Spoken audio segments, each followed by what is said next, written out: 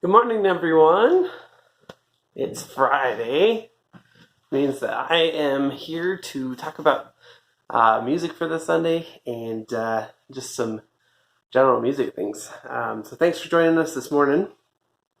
I'd like this Friday mornings to be kind of a dive into what we're going to be singing about on Sunday, and maybe a few little fun musical things here and there. For our edification and so that on Sunday morning you're used to, or at least a little bit familiar with what we're going to be singing. So we're going to be singing 3 songs on Sunday. We've got back a little bit on songs just to condense the service a little bit, make it more cohesive. It's also just harder to concentrate on a screen for an hour and 15 minutes. So we've cut back a little bit to try to make that, excuse me, a little bit easier for everybody to concentrate through the whole service. So we've got 3 songs this Sunday. We're going to be starting off with "Here I Am to Worship" by Tim Hughes, and I picked this song because it's all 3 of these songs tie into the theme of the service. If you listen to Matt's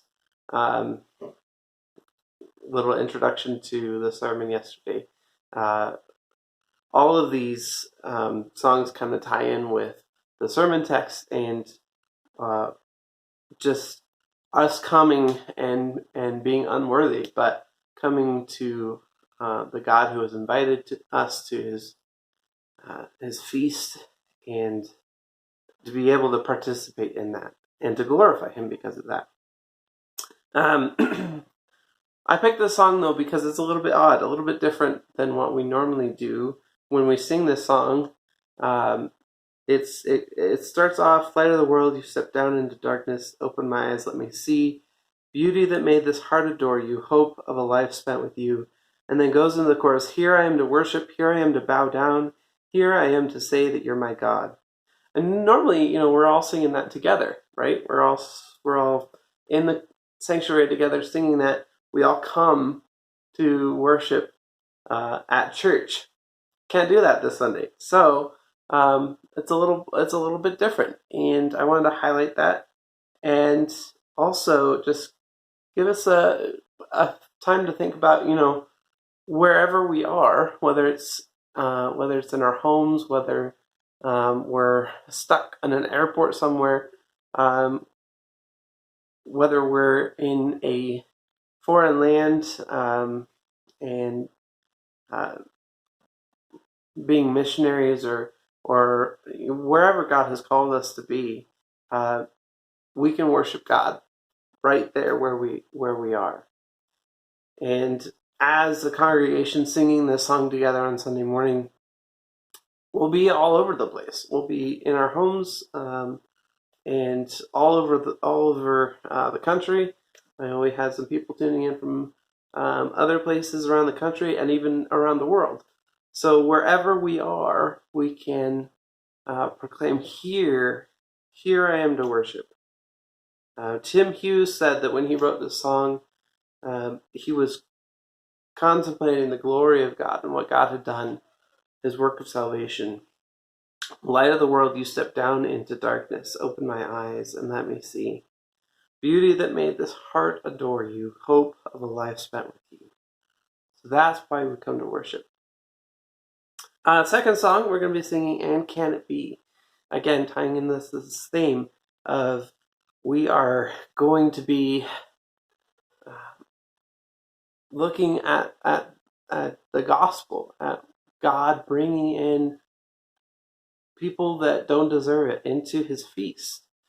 And we exclaim with Charles Wesley, who wrote this hymn, "Can it be that God would give such a salvation for a sinner like me?" And then we're going to finish up with "How Sweet and Awesome is the Place," written by Isaac Watts. Isaac Watts actually he wrote a lot of hymns to begin with, but he was also a author of books as well. Some really fun books, some hard books to read. His English is a little bit older than what I'm used to reading. But he's writing this hymn, How Sweet and Awesome is the Place, about how wonderful it is to be gathered in as the body of Christ, and to be given this feast. Um, it's possible that he actually wrote this hymn off of based on our sermon text today. There's a lot of themes that tie in. We are not worthy, and that's what he's writing about in this song. He says, "Lord, how was I a guest? Why have you included me into this amazing feast?" And so that's our hymn, and I'll just leave you with a final thought from Isaac Watts. He wrote a book called The World to Come. It's included in the Great Awakening writings, or part of the Great Awakening writings, and I think its focus here helps us to kind of, in this time of just things that are crazy in this world, and things that we don't understand. There's something deeper. There's something more mysterious than what the world around us, what we can see, and it all comes down to the gospel. So this is what he says: "What are the heights and depths and lengths of human science, with all the boasted acquisitions of the brightest genius of mankind? Learning and science can measure the globe, can sound the depth of the sea, can compass the heavens, can mete out the distance of the sun and moon, and mark out the path of every twinkling star for many ages past or ages to come. But they cannot acquaint us with the way of salvation from this endless distress. What are all the sublime reasonings of philosophers upon the abstruse and most difficult subjects? What is the whole circle of sciences which human wit and thought can trace out and comprehend? Can they deliver us from the guilt of one sin? Can they free us from one of the terrors of the Almighty? Can they assuage the torment of a wounded spirit, or guard us from the impressions of divine indignation? Alas, they are all but trifles in comparison of this blessed gospel, which saves us from eternal anguish and death.